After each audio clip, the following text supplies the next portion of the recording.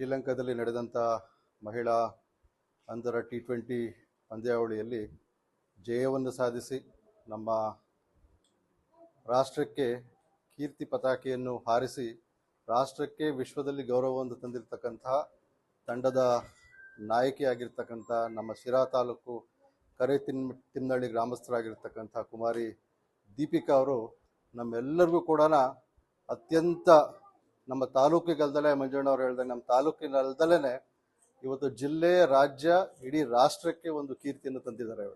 ಅವ್ರಿಗೆ ಈ ಸಂದರ್ಭದಲ್ಲಿ ನಾವೆಲ್ಲರೂ ಸೇರಿ ಒಂದು ಸರಳ ಕಾರ್ಯಕ್ರಮವನ್ನು ಮಾಡಬೇಕು, ಒಂದು ಅಭಿನಂದನೆಗಳನ್ನು ಸಲ್ಲಿಸಬೇಕು ಅಂತಕ್ಕಂಥದ್ದು ಒಂದು ಉದ್ದೇಶ ಇಟ್ಕೊಂಡು ಹಲವಾರು ಗ್ರಾಮಸ್ಥರು, ಸ್ಥಳೀಯರು, ಸ್ನೇಹಿತರು, ಬಂಧುಗಳು ಮತ್ತು ಕ್ರೀಡಾಪ್ರೇಮಿಗಳು, ಪತ್ರಕರ್ತ ಮಿತ್ರರು ಎಲ್ಲರೂ ಕೂಡ ಸೇರಿ ಈ ಒಂದು ಕಾರ್ಯಕ್ರಮವನ್ನು ನೆರವೇರಿಸಿರ್ತಕ್ಕಂಥದ್ದು. ಈ ಒಂದು ಶುಭ ಸಂದರ್ಭದಲ್ಲಿ ಉಪಸ್ಥಿತರಿರ್ತಕ್ಕಂಥ ನನ್ನ ಹಿರಿಯರು, ಸೋದರರಾದಂಥ BK ಮಂಜಣ್ಣನವರೇ, ಶ್ರೀನಿವಾಸ್ ಅವರೇ, ವಿಜಯಣ್ಣ ಅವರೇ, ಈಶ್ವರ್ ಅವರೇ, ದೇವರಾಜ್ ಅವರೇ, ನಮ್ಮದು ಒಂದು ಫುಟ್ಬಾಲ್ ಪಂದ್ಯಾವಳಿ ನಡೆದಿರ್ತಕ್ಕಂಥದ್ದು.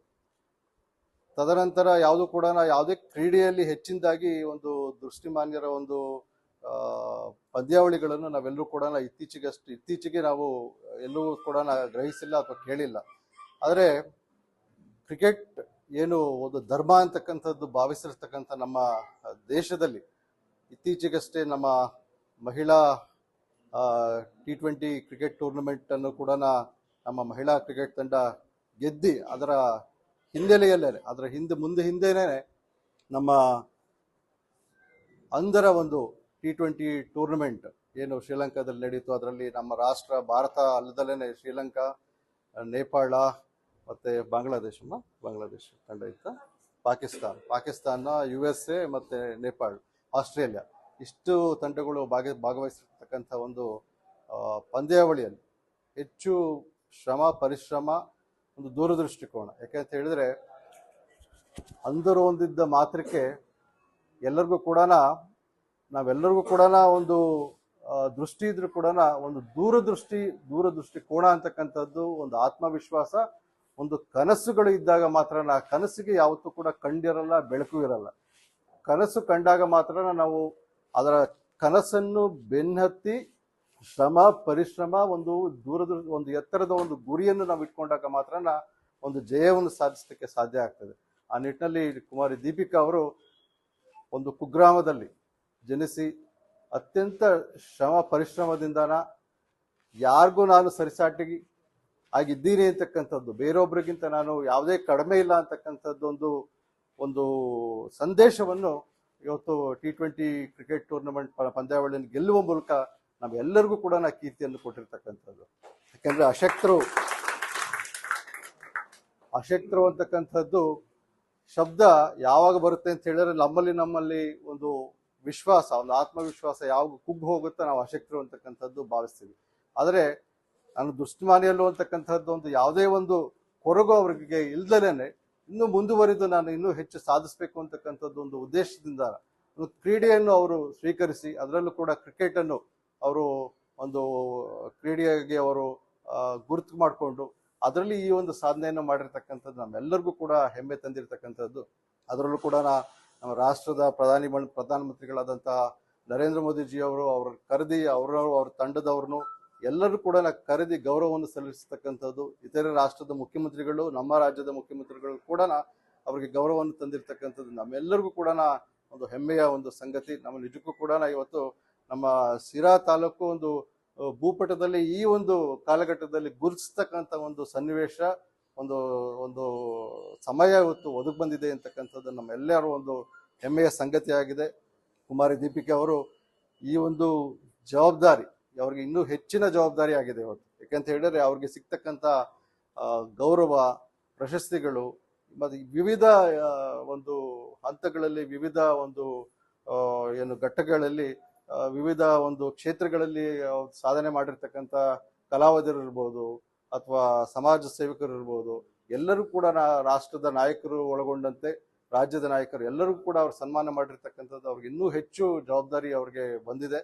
ಮುಂದುವರಿದು ನಮ್ಮ ಭಾರತ ರಾಷ್ಟ್ರದ ಒಂದು ಹಿರಿಮೆಯನ್ನು, ಒಂದು ಕ್ರೀಡಾ ಪತಾಕೆಯನ್ನು ಇನ್ನೂ ಹೆಚ್ಚು ಅವರು ಸಾಧಿಸುವಂತೆ ಮುಂದಿನ ದಿನಗಳಲ್ಲಿ ಆಗಲಿ. ಇನ್ನೂ ಹೆಚ್ಚು ಪಂದ್ಯಾವಳಿಗಳು ಈ ಒಂದು ಕ್ರಿಕೆಟ್ ಮಹಿಳೆಯರ ಒಂದು ಅಂಧರ ಒಂದು ಕ್ರಿಕೆಟ್ ಟೂರ್ನಮೆಂಟ್ ಇಂದ ಇನ್ನೂ ಹೆಚ್ಚು ವಿವಿಧ ಏನು ಕ್ರೀಡೆಗಳಿದಾವೆ ಅದರಲ್ಲೂ ಕೂಡ ಇದೇ ರೀತಿ ಪಂದ್ಯಾವಳಿಗಳು ಆಗಿ ಇನ್ನೂ ಹೆಚ್ಚು ಭಾರತ ಈ ಒಂದು ಕ್ಷೇತ್ರದಲ್ಲಿ ಹೆಚ್ಚು ಸಾಧನೆಯನ್ನು ಸಾಧಿಸುವಂತಾಗ್ಲಿ, ನಮ್ಮ ರಾಷ್ಟ್ರದಲ್ಲೇನೆ ಈ ಪಂದ್ಯಾವಳಿಗಳನ್ನು ನಡೆಸುವಂತಹ ಒಂದು ಸಮಯಘಟ್ಟ ನಾವೆಲ್ಲೂ ಕೂಡ ಮುಂದಿನ ದಿನಗಳಲ್ಲಿ ನೋಡುವಂತಾಗ್ಲಿ ಅಂತಕ್ಕಂಥ ಮಾತನ್ನ ಈ ಸಂದರ್ಭದಲ್ಲಿ ಹೇಳ್ತಾ, ದೀಪಿಕಾ ಅವರು ಇನ್ನೂ ಮುಂದುವರೆದು ಹೆಚ್ಚು ಸಾಧನೆಗಳನ್ನು ಸಾಧಿಸಲಿ, ಇನ್ನೂ ಹೆಚ್ಚು ಗೌರವಗಳಿಗೆ ಅವರು ಪಾತ್ರರಾಗಲಿ ಅಂತಕ್ಕಂಥ ಮಾತನ್ನ ಈ ಸಂದರ್ಭದಲ್ಲಿ ಹೇಳ್ತಾ ಅವ್ರಿಗೆ ಮತ್ತೊಮ್ಮೆ ತಮ್ಮೆಲ್ಲರ ಪರವಾಗಿ ಅಭಿನಂದನೆಗಳನ್ನು ಸಲ್ಲಿಸಲು ಮಾಡ್ತಾರೆ. ತುಂಬಾ ಹೆಮ್ಮೆ ಅನಿಸ್ತಾ ಇದೆ ನನಗೆ. ನಾನು ಫಸ್ಟ್ ಆಫ್ ಆಲ್ ನಾನು ಇಷ್ಟು ಎಕ್ಸ್ಪೆಕ್ಟ್ ಮಾಡಿರ್ಲಿಲ್ಲ, ಇಷ್ಟೊಂದು ನನಗೆ ಸಪೋರ್ಟ್ ಮಾಡ್ತಾರೆ, ನನಗೆ ಬ್ಯಾಕ್ ಬೋನ್ ಆಗಿ ನಿಂತ್ಕೊಳ್ತಾರೆ ಅನ್ನೋದು ನಾನು ಇಷ್ಟು ನಿರೀಕ್ಷೆ ಮಾಡಿರ್ಲಿಲ್ಲ. ತುಂಬಾನೇ ಖುಷಿ ಆಗುತ್ತೆ. ಇದು ಫಸ್ಟ್ ಎವರ್ ನಮ್ದು T20 ವರ್ಲ್ಡ್ ಕಪ್ ನಮಗೆ. ನಾನು ಫಸ್ಟು ಕ್ರಿಕೆಟಿಗೆ 2019 ನಾನು ಜಾಯಿನ್ ಆಗಿದ್ದು. ಆಗ ಫಸ್ಟ್ ನಾನು ಮೈಸೂರಲ್ಲಿ ರಂಗರಾವ್ ಸ್ಕೂಲಲ್ಲಿ ಓದಬೇಕಾದ್ರೆ ನಾರ್ಮಲ್ ಆಗಿ ನಾವು ಪ್ರಾಕ್ಟೀಸ್ ಮಾಡ್ತಿದ್ವಿ ಅಷ್ಟೇ. ಅದಾದ್ಮೇಲೆ ನನಗೆ ಕರ್ನಾಟಕ ರೆಪ್ರೆಸೆಂಟ್ ಮಾಡೋದಕ್ಕೆ ನನಗೆ 2019 ಅವಕಾಶ ಸಿಕ್ತು. ಸೊ ಕಂಟಿನ್ಯೂ ಮಾಡ್ಕೊಳ್ತಾ ಬಂದು ನಾವು 2023 ನಾನು IBSC ಅಡುಗೆ ಮಾಡಿದ್ದೆ. ಆಗ್ಲೂ ಸಹ ನನಗೆ ಅಂತಂದ್ರೆ ಸ್ವಲ್ಪ ಜಾಸ್ತಿ ಪಬ್ಲಿಸಿಟಿ ಆಗಿರ್ಲಿಲ್ಲ. ಸೊ ಹಂಗಾಗಿ ನಮಗೆ ಅದಾದ್ಮೇಲೆ ಕಂಟಿನ್ಯೂ ಮಾಡ್ಕೊಳ್ತಾ ಬಂದು ನಾನು ಪ್ರೆಸೆಂಟ್ ಕರ್ನಾಟಕ ಟೀಮ್ಗೆ ಕ್ಯಾಪ್ಟನ್ ಆಗಿದ್ದೀನಿ. ಮತ್ತೆ ನಾನು ಫಸ್ಟ್ ಎವರ್ T20 ವರ್ಲ್ಡ್ ಕಪ್ಪಿಗೆ ಕ್ಯಾಪ್ಟನ್ ಆಗಿದ್ದೀನಿ. ಅದು ತುಂಬಾ ಹೆಮ್ಮೆ ಅನ್ಸುತ್ತೆ. ಯಾಕಂತಂದ್ರೆ ಅದೆಲ್ಲ ಕರ್ನಾಟಕದಿಂದನೇ ಸಾಧ್ಯ ಆಗಿದ್ದು ನನಗೆ. ಯಾವಾಗ ನಾನು ಕರ್ನಾಟಕ ಟೀಮಿಗೆ ರೆಪ್ರೆಸೆಂಟ್ ಮಾಡಿದ್ನೋ ಆಗ ನನ್ನ ಫುಲ್ ಒಂದು ಲೈಫ್ ಫುಲ್ ಒಂದು ಟರ್ನ್ ಆಯ್ತು. ನಮಗೆ ಕ್ಯಾಬಿ ಮತ್ತೆ ಸಮರ್ಥನಂ ತುಂಬಾನೇ ಸಪೋರ್ಟಿವ್ ಆಗಿದೆ. ಅಂತಂದ್ರೆ ಇವಾಗ BCCI ಒಂದು ಬೋರ್ಡ್ ಇದೆಯಲ್ಲ, ಅದೇ ತರನೇ ನಮಗೆ ಬ್ಲೈಂಡ್ ಕ್ರಿಕೆಟ್ ಟೀಮಿಗೆ ಒಂದು ಕ್ಯಾಬಿ ಅಂತ ಒಂದು ಬೋರ್ಡ್ ಇದೆ ನಮ್ದು. ಅಂದ್ರೆ ಸಮರ್ಥನಂ ಸ್ವಂತವಾಗಿ ಅದು ನಡೆಸ್ತಾ ಇದೆ. ಸೊ ನಮಗೆ ಇವಾಗ ನಾರ್ಮಲ್ ಕ್ರಿಕೆಟ್ ಅವರಿಗೆ ಸಪೋರ್ಟ್ ಮಾಡೋ ತರ ನಮಗೆ ಬ್ಲೈಂಡ್ ಕ್ರಿಕೆಟ್ ಅವರಿಗೆ ಸಪೋರ್ಟ್ ಮಾಡೋದಿಲ್ಲ. ಇವಾಗ ಗೌರ್ಮೆಂಟ್ ಸಹನೂ ಅಷ್ಟೇ. ಇವಾಗ ಸ್ವಲ್ಪ ಯಾವಾಗ ನಮ್ದು ವರ್ಲ್ಡ್ ಕಪ್ ಆಯ್ತು ಆಗ ಗೌರ್ಮೆಂಟ್ ನಮಗೆ ಸಪೋರ್ಟ್ ಮಾಡೋದಿಕ್ಕೆ ಸ್ಟಾರ್ಟ್ ಮಾಡ್ತು. ಮತ್ತೆ ನಮಗೆ ವರ್ಲ್ಡ್ ಕಪ್ಗೂ ಸಹ ಕರ್ನಾಟಕ ಗೌರ್ಮೆಂಟ್ ತುಂಬಾನೇ ಸಪೋರ್ಟ್ ಮಾಡಿದೆ. ಇದೇ ತರನೇ ನಮಗೆ ಇನ್ನೂ ಹೆಚ್ಚಿಗೆ ಸಪೋರ್ಟ್ ಮಾಡಿದ್ರೆ ಖಂಡಿತ ನಾವು ಇನ್ನು ಭಾರತಕ್ಕೆ, ನಮ್ಮ ದೇಶಕ್ಕೆ ಇನ್ನು ಹೆಚ್ಚಿಗೆ ಕಪ್ಗಳನ್ನು ತರೋದಿಕ್ ಸಾಧ್ಯ ಆಗುತ್ತೆ. ರಾಜೇಶ್ ಸರ್ ಆಗಿರ್ಬೋದು, ಮಂಜು ಸರ್ ಆಗಿರ್ಬೋದು, ಇದೇ ತರ ನನಗೆ ಇನ್ನೂ ಸಪೋರ್ಟಿವ್ ಆಗಿದ್ರೆ ಸರ್ ಖಂಡಿತ ನಮ್ಮ ಕರ್ನಾಟಕಕ್ಕೆ ಮತ್ತೆ ನಮ್ಮ ತುಮಕೂರು ಜಿಲ್ಲೆಗೆ, ಎಕ್ಸ್ಪೆಷಲಿ ನಮ್ಮ ಶಿರಾ ತಾಲೂಕಿಗೆ ಇನ್ನೂ ಹೆಸರು ತಂದ್ಕೊಡೋದಿಕ್ ಸಾಧ್ಯ ಆಗುತ್ತೆ ಸರ್. ನಾನೊಂದೇ ಕೇಳ್ಕೊಳ್ಳೋದು, ಯಾವಾಗ್ಲೂ ಸಪೋರ್ಟಿವ್ ಆಗಿರಿ ಮತ್ತೆ ಬ್ಲೈಂಡ್ ಕ್ರಿಕೆಟ್ಗೂ ಸಹ ಸಪೋರ್ಟ್ ಮಾಡ್ತಾ ಇರಿ ಅನ್ನೋದು ನಾನು ಕೇಳ್ಕೊಳ್ತಾ ಇದ್ದೀನಿ. ನನಗೆ ಯಾವಾಗ ನಾನು ಚಿಕ್ಕ ವಯಸ್ಸಲ್ಲಿ ಇದ್ದಾಗ ನಮಗೆ ಒನ್ ಟೈಮ್ ಊಟಕ್ಕೆ ಸಹ ತುಂಬಾ ಕಷ್ಟ ಆಗಿತ್ತು ಸರ್. ಅದು ಎಲ್ಲ ನಂದು ಏನು ಖರ್ಚು ಎಲ್ಲ ಬರುತ್ತೋ ಅದೆಲ್ಲ ಸಮರ್ಥನಂ ನೋಡ್ಕೊಳ್ಳುತ್ತೆ. ಈಗ್ಲೂ ಸಹ ನನ್ಗೆ ಇವಾಗ ನಮ್ಮ ಅಪ್ಪ ಅಮ್ಮಂಗೆ ಒಂದು ರೇಷನ್ ತಗೊಳಕ್ ದುಡ್ಡಾಗಿರ್ಬೋದು ಎಲ್ಲ ಅದು ಸಮರ್ಥನಂ ಕೊಡ್ತಾ ಇರುತ್ತೆ ನಮಗೆ. ತುಂಬಾ ಹೆಮ್ಮೆ ಅನ್ಸುತ್ತೆ. ಆ ಕಷ್ಟದಿಂದ ಇಲ್ಲಿವರೆಗೂ ಬಂದಿದ್ದೀನಿ, ಅದು ತುಂಬಾ ಒಂಥರ ಹೆಮ್ಮೆ ಅನ್ಸುತ್ತೆ. ಅದು ನನಗೆ ಫಸ್ಟ್ ಇಂದನೂ ಒಂದು ಚಿಕ್ಕ ವಯಸ್ಸಿಂದನೂ ಒಂದು ಆಸೆ ಇತ್ತು, ನಾನು ಒಂದು ದೇಶಕ್ಕೋಸ್ಕರ ಆಡ್ಬೇಕು, ನಮ್ಮ ದೇಶದೊಂದು ಜೆಂಡಾನ ನಾವು ಮೇಲೆ ಎತ್ತಬೇಕು, ನಾವು ಹಾರಿಸ್ಬೇಕು. ಅದು ಬೇರೆ ಕಂಟ್ರಿನ ನಮ್ಮ ದೇಶದೊಂದು ಜೆಂಡಾನ ಹಾರಿಸೋದಿರುತ್ತಲ್ಲ, ಅದೊಂದು ತುಂಬಾ ಒಂದು ಹೆಮ್ಮೆ ಇರುತ್ತೆ ನಮಗೆ. ಅಲ್ಲಿ ಹೋಗಿ ನಾವು ಇಂಡಿಯಾ ರೆಪ್ರೆಸೆಂಟ್ ಮಾಡಿ ಆ ಇಂಡಿಯಾ ಒಂದು ಬಾವುಟನ ನಾವು ಎತ್ತಿ ಹಾರಿಸ್ತೀವಲ್ಲ, ಅದು ಒಂದು ಫೀಲಿಂಗೇ ಬೇರೆ ಇರುತ್ತೆ. ಲಾಟ್ ಆಫ್ ಸಪೋರ್ಟ್ SBI ಆಗಿರ್ಬೋದು, ಇಂಡಸ್ಇಂಡ್ ಬ್ಯಾಂಕ್ ಆಗಿರ್ಬೋದು, ಸಮರ್ಥನಂ ಕ್ಯಾಬಿ ಅಂಡ್ ಕರ್ನಾಟಕ ಗೌರ್ಮೆಂಟ್ ಆಗಿರ್ಬೋದು ತುಂಬಾ ಸಪೋರ್ಟ್ ಮಾಡಿದೆ ನಮಗೆ. ಇದೇ ತರ ಸಪೋರ್ಟ್ ಮಾಡಿದ್ರೆ ಖಂಡಿತ ನಾವು ಇನ್ನೂ ಮುಂದೆ ಬರೋದಿಕ್ ಸಾಧ್ಯ ಆಗುತ್ತೆ. ಖಂಡಿತ ಸರ್. ರಜತ್ ಸರ್, ನಾನು ಇವತ್ತು ನಿಮಗೆ ಮಾತು ಕೊಡ್ತಾ ಇದ್ದೀನಿ. ನೀವು ಯಾವಾಗ್ಲೂ ಸಪೋರ್ಟಿವ್ ಆಗಿ ಇರ್ತೀರಂತ ನಾನು ಭಾವಿಸ್ತೀನಿ. ಇದೇ ತರ ಸಪೋರ್ಟಿವ್ ಆಗಿ ಇಲ್ಲಿ ಖಂಡಿತ ನಮ್ಮ ಶಿರಾಗೆ ಇನ್ನೂ ಹೆಚ್ಚಿಗೆ ನಾನು ಹೆಸರು ತರೋದಿಕ್ಕೆ ಹೆಸರು ತಂದು ಕೊಡ್ತೀನಿ ಸರ್. ನಾನು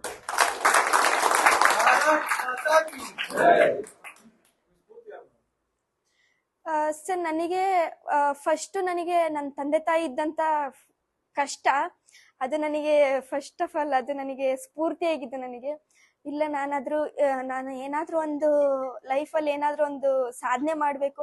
ಆಗ ನಮ್ಮ ಊರಲ್ಲೆಲ್ಲ ಒಂದು ಟೀಕೆ ಮಾಡ್ತಾ ಇದ್ರು, ಅವಳಿಗೆ ಕಾಣಿಸಲ್ಲ, ಅವಳು ಏನ್ ಮಾಡ್ತಾಳೆ ಅನ್ನೋದೊಂದು ಕ್ವಶನ್ ಮಾರ್ಕ್ ಇತ್ತು ಎಲ್ರಿಗೂ. ಸೊ ಅದೊಂದು ನನಗೆ ಸ್ಫೂರ್ತಿ ಆಗಿದ್ದು. ಮತ್ತೆ ನನಗೆ ಕ್ರಿಕೆಟ್ ಅಲ್ಲಿ ನಾನು ಸಹ ಇಂಡಿಯಾ ರೆಪ್ರೆಸೆಂಟ್ ಮಾಡಬೇಕು ಅನ್ನೋದೊಂದು ನನಗೆ ಸ್ಫೂರ್ತಿ ಇದ್ದಿದ್ದು ವಿರಾಟ್ ಕೊಹ್ಲಿ ಸರ್. ಸೊ ಅವ್ರನ್ನ ನೋಡ್ಬಿಟ್ಟು ನಾನು ಸಾಧ್ಯ ಆಯ್ತು.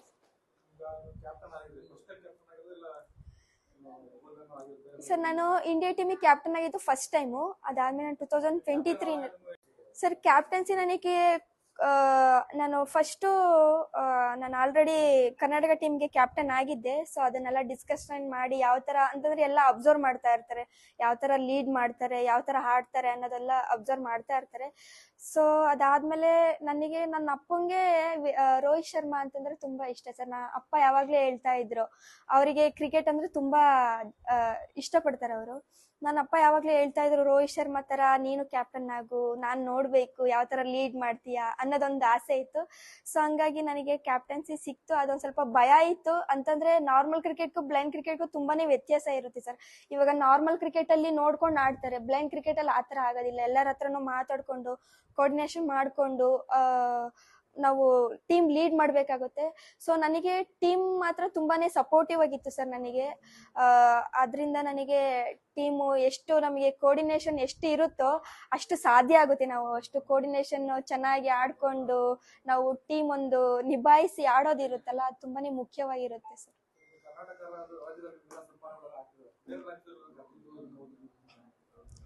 ಸರ್ ಬೇರೆ ರಾಜ್ಯದಲ್ಲಿ ರೀಸೆಂಟ್ ಆಗಿ ನಾನು, ಯಾಕಂತಂದ್ರೆ ಆಂಧ್ರ ಬಾರ್ಡರ್ ಆಗಿರೋದ್ರಿಂದ, ನಮ್ಮೂರು ಆಂಧ್ರ ಸೇರೋದ್ರಿಂದನ CM ಚಂದ್ರಬಾಬು ಸರ್ ಕೂಡ ನನ್ನ ಕರ್ಬಿಟ್ಟು ಸನ್ಮಾನ ಮಾಡಿದ್ದಾರೆ.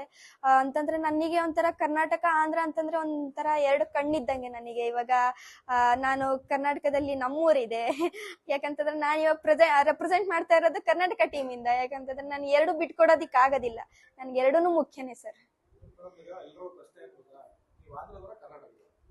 ಸರ್ ನನ್ನೂರ್ ಬಂದು ಆಂಧ್ರ, ನಾನೆಲ್ಲ ಓದಿದ್ದು, ನಾನೆಲ್ಲ ಸ್ಟಡಿ ಮಾಡಿದ್ದೆಲ್ಲ ಕರ್ನಾಟಕ. ಇವಾಗ ಪ್ರೆಸೆಂಟ್ ನಾನು ಕರ್ನಾಟಕ ಟೀಮಿಗೆ ನಾನು ರೆಪ್ರೆಸೆಂಟ್ ಮಾಡ್ತಾ ಇರೋದು.